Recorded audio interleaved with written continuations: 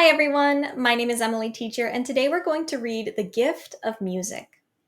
The Boston Symphony Orchestra summer concerts, held in the sylvan setting of Tanglewood in western Massachusetts, are world famous.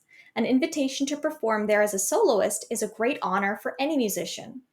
But if violinist Midori felt any trepidation when she took the stage at Tanglewood for the first time in 1986, she did not show it. Even though she was to play Leonard Bernstein's Serenade, with the renowned composer himself conducting the orchestra. Let's learn about this performance. Not long after Midori began playing, the E string on her violin snapped, bringing the music to a complete stop, an experience that could discomfit even a seasoned musician. Midori's poise, however, was unshaken.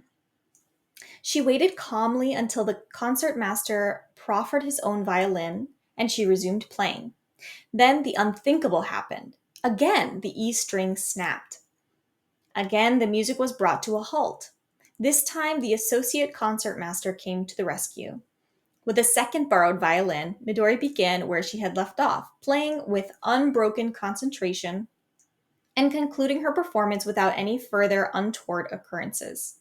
When it was over, the music critic of the New York Times wrote, "Audience, orchestra, and conductor joined in giving her a cheering, stomping, whistling ovation."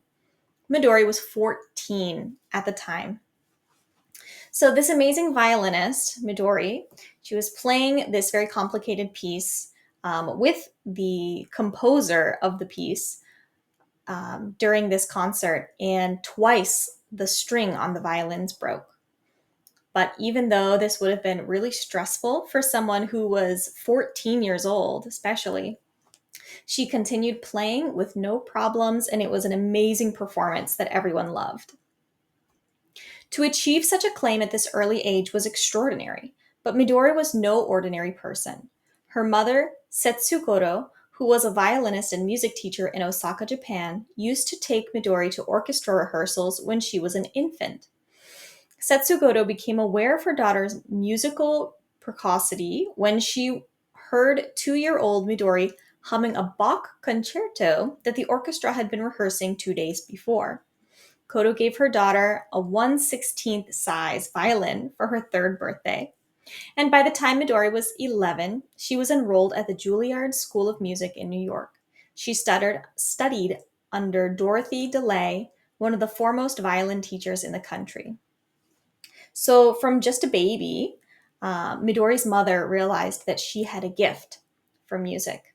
So, when she was really, really little, she got this mini violin for her to start playing. And by the time she had turned 11 years old, she was already enrolled at the Juilliard School of Music in New York, which is a very, very prestigious school for music. Midori was lucky too. She had a wise mother. Unfortunately, many parents of musical prodigies find it difficult to resist the blandishments of promoters who would exploit gifted children with promises of lucrative concert and recording contracts. Such parents become so overbearing that they blame the child if a particular orchestra is slow to offer a return engagement, something that can happen for a variety of reasons unrelated to the child's ability. They may also become so solicitous of the child that asking their 12-year-old who has just played in a great symphony hall to do something ordinary, like take out the trash, seems unthinkable. Setsugoto strongly deprecated such attitudes. She allowed her daughter to have a relatively normal upbringing. So, if a parent finds out their child is gifted in something, often the parent doesn't know how to handle that. So, maybe they will try to use their child to make money or to get famous, or they don't want to treat them like a regular child because they have a gift. But Setsugoto was a very good mother, and she made sure her daughter had a very normal, regular upbringing while she also nurtured this musical talent. Although Midori is very close to her mother, she is also very independent and strong willed. When she was 15, a rift developed between her and Dorothy DeLay that resulted in Midori's quitting Juilliard. Her mother remonstrated with her to return, but Midori refused. Later, her succinct explanation for this potentially damaging move was, "I felt it was time that I left." So her and her mother are very close, but we can see from the move of Midori quitting Juilliard that she is an independent thinker, strong willed girl, and she made the choice that she thought was right for her, no matter what her mom thought she should do.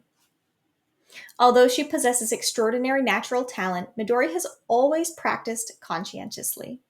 On her 18th birthday, she was rewarded with an invitation to play at Carnegie Hall. On that occasion, she gave a virtuoso performance that established her as one of the world's great violinists. Despite her meteoric rise to fame, Midori has not become absorbed only in herself. When she was 21, she set up Midori and Friends, a foundation that brings classical music to children in public schools and hospitals. And even with her busy schedule, she finds time to give several foundation related concerts each year. So even though Midori has always been this amazing musician and she had this rise to fame, she's still very interested in making sure that other children have access to learning about classical music and resources that could help them to experiment with their lives in music. Thank you for reading with me today. We have links that are related to each article, and if you guys want the link related to this one here, you can find it down in the description below.